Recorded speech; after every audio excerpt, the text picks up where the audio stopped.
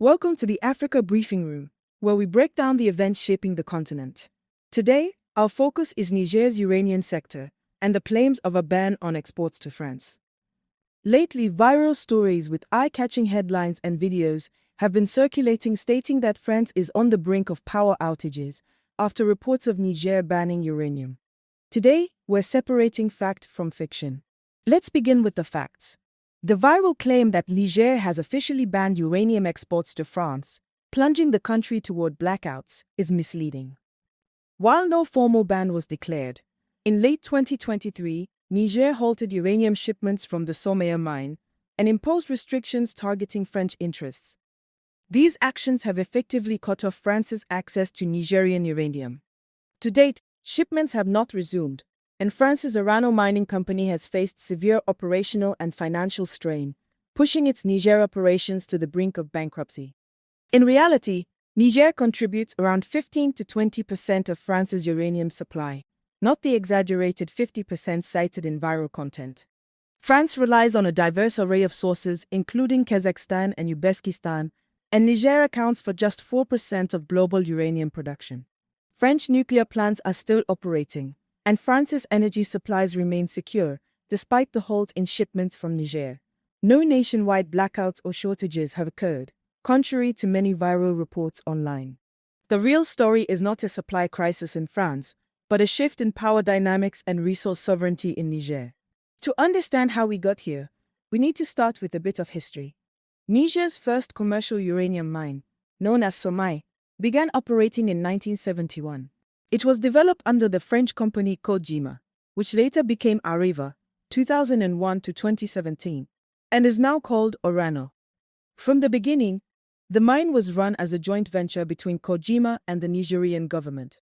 For more than 50 years, the relationship was shaped by an extraction model, in which Niger exported billions of dollars worth of uranium, while retaining only a small share of the revenue. Most Nigerians still lack electricity, demonstrating the imbalances of this arrangement. When France's Orano company, formerly Areva, shut down the Cominac uranium mine in northern Niger in March 2021, after more than 4 decades of production, it left behind roughly 20 million tons of radioactive waste left over from uranium extraction. The waste, which will remain radioactive for hundreds of thousands of years, are stored in large open piles near the mining town of Arlit. The closure of the mine was due to depleted reserves, but the leftover waste continues to pose long-term environmental and health risks, particularly through wind-blown dust and possible groundwater contamination. In 2023, Niger's new military government went further than just changing its politics and foreign relations. It took control of 3 major uranium mines, run by the French company Orano, Somaya, Cominac, and Imoraren, the last of which holds one of the world's biggest uranium reserves. In June 2024, Niger revoked Orano's permit for the Imuraren project. Niger assumed operational control of Somaya in December 2024, with full nationalization completed by June 2025. Citing extraction beyond authorized levels and a need for sustainable management and ensuring mineral benefits reach the Nigerian population. Niger's shift towards state control of its uranium sector reflects broader changes throughout the Sahel region. In neighboring Mali, the government finalized the nationalization of the Yatela gold mine in October 2024, a site previously operated by South African and Canadian companies. Building on this realignment, Niger, Mali, and Burkina Faso signed a mutual defense pact on September 16, 2023, and formalized the Alliance of Sahel States as a confederation on July 6, 2024.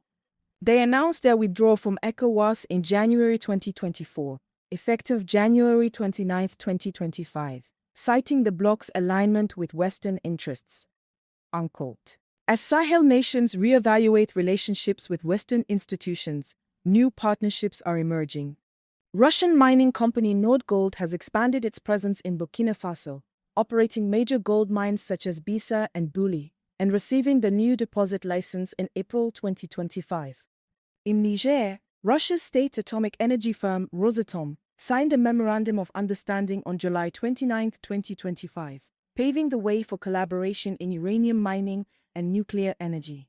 These developments illustrate how governments across the region are reasserting control over strategic mineral resources and diversifying their international engagements, signaling a new chapter in West Africa's control over its mineral wealth. What's at stake is not an energy crisis for France, but a broader movement toward resource sovereignty across Africa. Misinformation about Niger's uranium exports has circulated widely online, often overshadowing verified facts and official statements. France may not face blackouts, but its long-standing uranium supply from Niger has been effectively cut off, forcing France to rely more heavily on alternative sources and reshaping its energy supply relationships.